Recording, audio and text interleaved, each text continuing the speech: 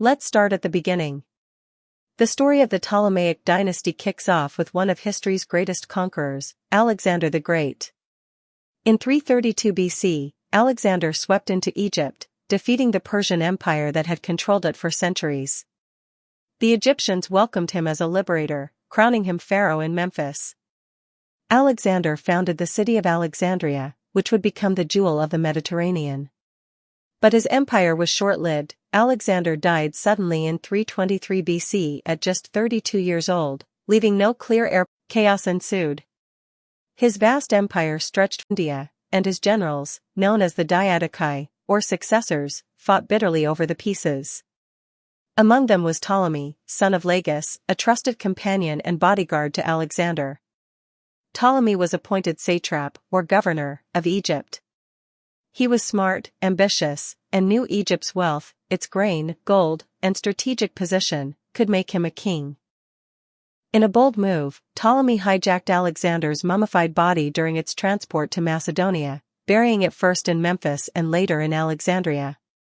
This act not only honored Alexander but also legitimized Ptolemy's rule by associating him with the divine conqueror. By 321 BC, tensions boiled over into the Wars of the Diadochi. Ptolemy defended Egypt against invasions, notably from Perdiccas, the regent who tried to centralize power. Ptolemy played his cards right. In 305 BC, after defeating rivals like Antigonus at the Battle of Ipsus, he declared himself Pharaoh Ptolemy I Soter, the savior. The Egyptians accepted him, seeing the Ptolemies as continuations of their ancient pharaonic line. But here's the twist: the Ptolemies were thoroughly Macedonian. They spoke Macedonian, maintained Macedonian customs, and ruled from Alexandria, a Macedonian-style city. Yet, they adopted Egyptian titles, built temples to Egyptian gods, and promoted a fusion of cultures. Think Macedonian philosophy meeting Egyptian mysticism. Ptolemy I expanded his realm, conquering Cyprus, Cyrene and Libya, and parts of Syria and Phoenicia. He established a strong administration, taxing the fertile Nile lands to fund his ambitions. By his death in 282 BC, Egypt was a Hellenistic kingdom, blending East and West. The Golden Age, culture, conquest, and the wonders of Alexandria. The early Ptolemies turned Egypt into a superpower. Ptolemy I's son, Ptolemy II Philadelphus, sibling lover, ruled from 285 to 246 BC alongside his sister wife Arsinoe II. This incestuous marriage, inspired by Egyptian traditions like those of Isis and Osiris, became a Ptolemaic hallmark to keep power in the family. Ptolemy II was a master of diplomacy and culture. He founded the Ptolemaic Festival, a grand Olympic-style event, and poured resources into Alexandria. The city boomed with over 300,000 residents, a diverse mix of Macedonians, Egyptians, Jews, and more. Its harbor was guarded by the Pharos Lighthouse, one of the 7 wonders of the ancient world, towering over 100 meters high with a fire beacon visible for miles. But the crown jewel was the Great Library of Alexandria and the attached Mouseion, a research institute that attracted scholars like Euclid, the father of geometry, and Eratosthenes, who calculated the Earth's circumference. The library aimed to collect all the world's knowledge, with hundreds of thousands of scrolls. Ptolemy II even had the Hebrew Bible translated into Macedonian and the royal language called Koine, the Septuagint, for his Jewish subjects. Militarily, Ptolemy II waged the Syrian wars against the Seleucid Empire, rivals in the east. He secured Kuil Syria, modern Lebanon and Palestine, and expanded into the Aegean Sea. His successor, Ptolemy III Euergetes, benefactor, ruled from 246 to 221 BC and took it further. During the Laodicean War, he invaded Seleucid territory, reaching as far as Mesopotamia, bringing back treasures and boosting Egypt's prestige. Ptolemy III continued cultural patronage, building temples like Edfu and promoting syncretic gods like Serapis, a mix of Zeus and Osiris.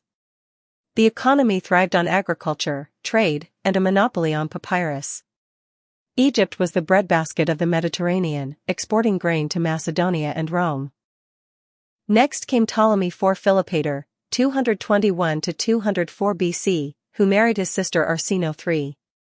He faced a massive invasion by Antiochus III of the Seleucids but won a stunning victory at the Battle of Raphia in 217 BC, using war elephants and native Egyptian troops. This battle integrated Egyptians more into the army, but it also sowed seeds of unrest as locals demanded more rights. Ptolemy IV's reign marked the start of decline. He was reportedly decadent, focused on pleasures, and his murder in 204 BC led to a regency for his young son, Ptolemy V Epiphanes. The decline, rebellions, civil wars, and Roman shadows. By the 2nd century BC, cracks appeared. Ptolemy V, 204 to 181 BC, inherited a kingdom plagued by rebellions.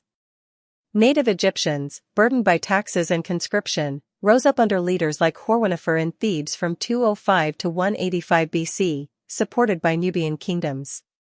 Ptolemy V quelled them but lost territories in the Syrian wars. Ptolemy VI Philometor, 181 to 145 BC, ruled amid chaos. After his mother's death, civil war broke out with his brother Ptolemy VIII and sister Cleopatra II. The kingdom split, with Ptolemy VIII ruling Cyrene. Violence peaked when Ptolemy VIII murdered his nephew's son during a reconciliation. Rome's influence grew. In 168 BC, when Seleucid king Antiochus IV invaded Egypt, Roman envoy Gaius Popilius Laenas drew a circle in the sand around him, demanding withdrawal, a humiliating show of Roman power. Later rulers like Ptolemy IX and X faced more infighting. Queens gained power. Berenice III and IV ruled briefly amid coups. Natural disasters, like Nile floods failing due to volcanic eruptions affecting climate, caused famines and economic woes. By the 1st century BC, Egypt was in debt to Rome. Ptolemy XII elites borrowed heavily from Roman bankers to secure his throne, even bribing Julius Caesar. Rome annexed Cyprus in 58 BC, sparking riots in Alexandria. The Fall, Cleopatra VII and the Roman conquest. Enter Cleopatra VII Philopator, the last Ptolemy, ruling from 51 to 30 BC.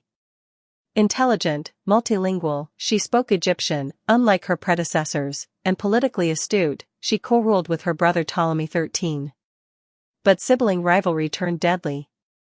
In 48 BC, during Rome's civil war, Cleopatra allied with Julius Caesar, who helped her defeat Ptolemy XIII in the Alexandrian War. Their romance produced Caesar Ion, whom she claimed as Caesar's son. After Caesar's assassination in 44 BC, Cleopatra aligned with Mark Antony, one of the triumvirs ruling Rome. They had 3 children, and Antony granted her territories, restoring much of the old Ptolemaic Empire, Cyprus, Syria, even parts of Armenia.